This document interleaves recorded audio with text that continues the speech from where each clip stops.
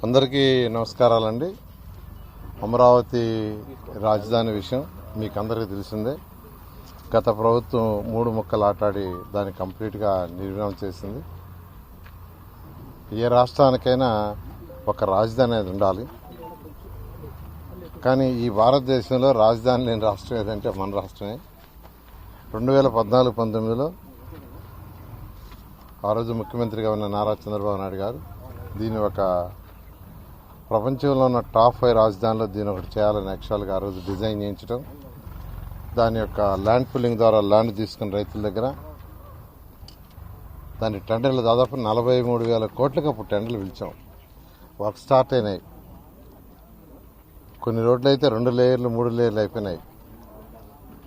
అధికారులకు కావాల్సిన బంగాళాలు కొన్ని అయితే ఆల్మోస్ట్ 90% అయిపోయింది. ఎమ్మెల్యేలు వాళ్ళు, అదేవిధంగా సెక్రటరీసు, ప్రిన్సిపల్ సెక్రటరీసు, మినిస్టర్లు, జడ్జెస్ బంగాళాలు అయితే ఈ విధంగా స్ట్రక్చర్ అయిపోయింది చాలా వరకు. కానీ అవన్నీ కూడా ఆపేయటం, ఈ ప్రభుత్వం వచ్చే లోపల అవన్నీ కూడా ముళ్ళ కంపలు ఉండిపోయినాయి.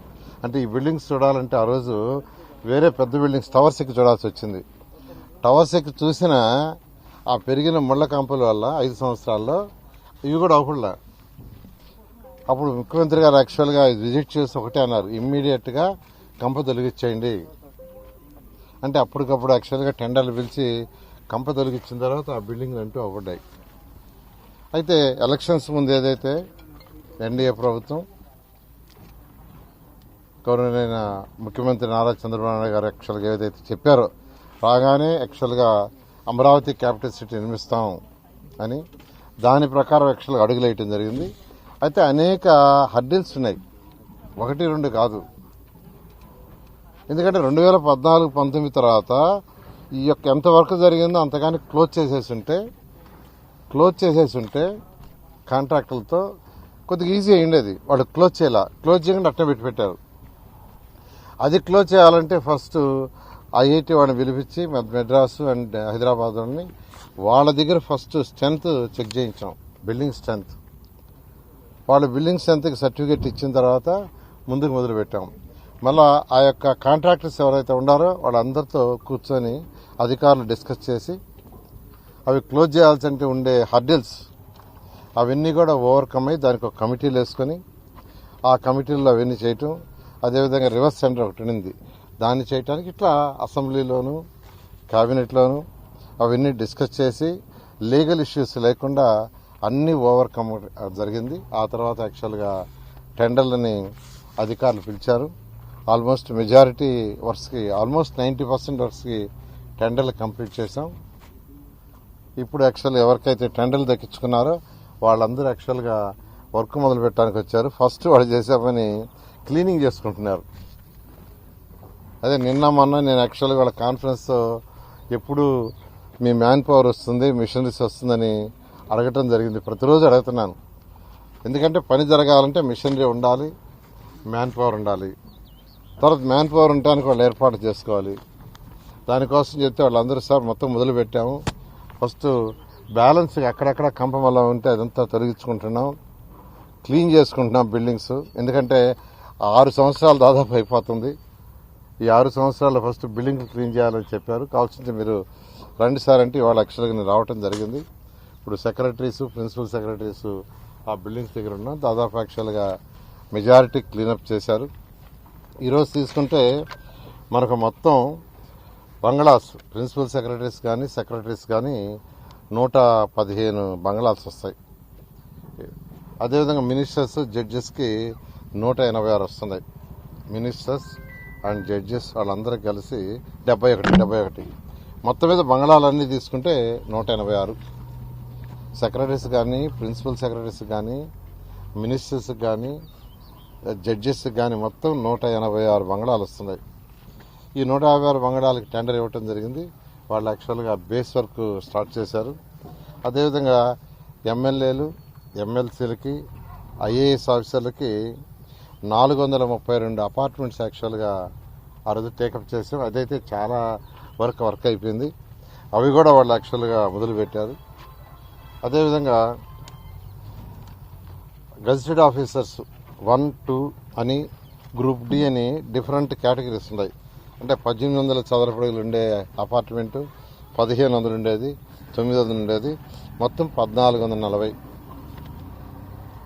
అదేవిధంగా ఎన్జిఓస్ తీసుకుంటే 1995, అది 1200 చదరపు అడుగులు. ఇవన్నీ యాక్చువల్గా యాక్చువల్గా స్టార్ట్ చేశారు. ఫస్ట్ క్లీన్ చేసుకునే వర్క్లో ఉన్నారు, ఎందుకంటే 6 ఏళ్ళు అయిపోయింది. అదేవిధంగా అసెంబ్లీ, హైకోర్టు మీకు తెలిసిందే. ఈ యొక్క హైకోర్టు వచ్చి 16.85 లక్షల చదరపు అడుగులు, అసెంబ్లీ వచ్చి 11.67 లక్షల చదరపు అడుగులు. హైకోర్టు 7 అంతస్తులు, అసెంబ్లీ వచ్చి 250 మీటర్ల హైట్. ఎందుకంటే అసెంబ్లీ అనేది 365 రోజులు ఉండదు. అసెంబ్లీ జరగనప్పుడు యాక్చువల్గా ప్రజలు యాక్చువల్గా ఏంటంటే ఆ యొక్క బిల్డింగ్ పైకి పోయి పైనుంచి సిటీ మొత్తం చూడొచ్చు. అలా యాక్చువల్గా Norman faster and partners London వాళ్ళు దీన్ని డిజైన్ చేశారు. ఈ విధంగా ఈ వర్క్స్ అన్ని యాక్చువల్గా టేకప్ అవుతున్నాయి. బహుశా మరొక 15 రోజుల్లో వీళ్ళందరూ టోటల్గా వాళ్ళ యొక్క ఇన్ఫ్రాస్ట్రక్చర్ పెట్టాలి. అంటే వర్కర్స్కి కావాల్సిన షెడ్స్ వేసుకోవటం కానీ, లేదా వాళ్ళకి కావాల్సిన మెస్సులు ఏర్పాటు చేయటం, మిషనరీ తెచ్చుకోవటం, ఎక్విప్మెంట్ అంతా తీసుకోవటం, ఎన్ని కూడా అడిగే 15 రోజులు టైం ఇవ్వండి సార్, 15 రోజులు అన్నీ చేరుస్తామన్నారు. కొన్ని చేర్చామన్నారు, అవి చెక్ చేయడానికి వాళ్ళు వచ్చాను. ఏది ఏమైనా అమరావతి క్యాపిటల్ సిటీ రాబోయే 3 సంవత్సరాల్లో ఖచ్చితంగా కంప్లీట్ చేస్తాం.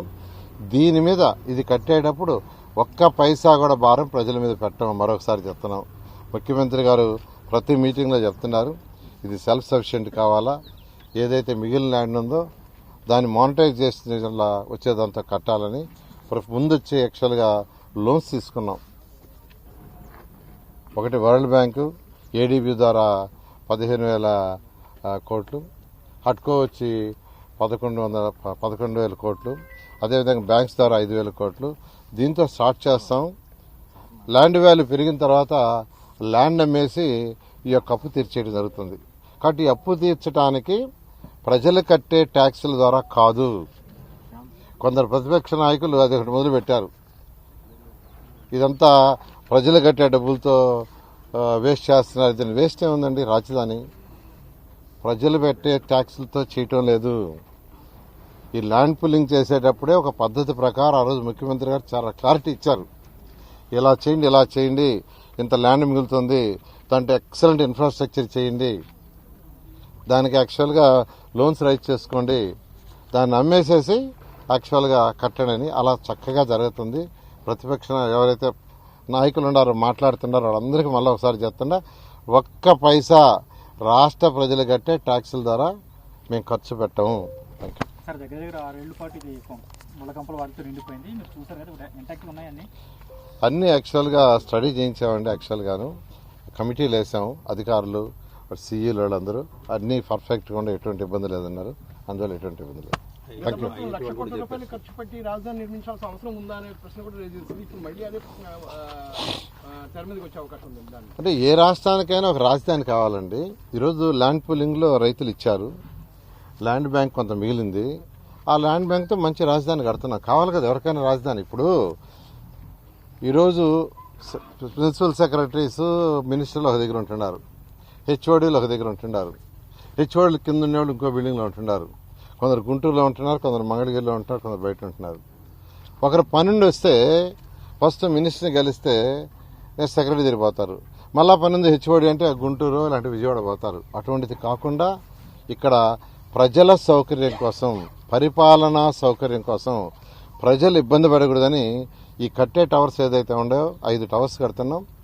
మినిస్టర్ అక్కడే ఉంటాడు, మినిస్టర్ యొక్క సెక్రటరీ, ప్రిన్సిపల్ సెక్రటరీ అక్కడే ఉంటారు, సెక్రటరీలు అక్కడే ఉంటారు, కమిషనర్లు అక్కడే ఉంటారు, డైరెక్టర్లు అక్కడే ఉంటారు, వాళ్ళ స్టాఫ్ అంతా అక్కడే ఉంటారు.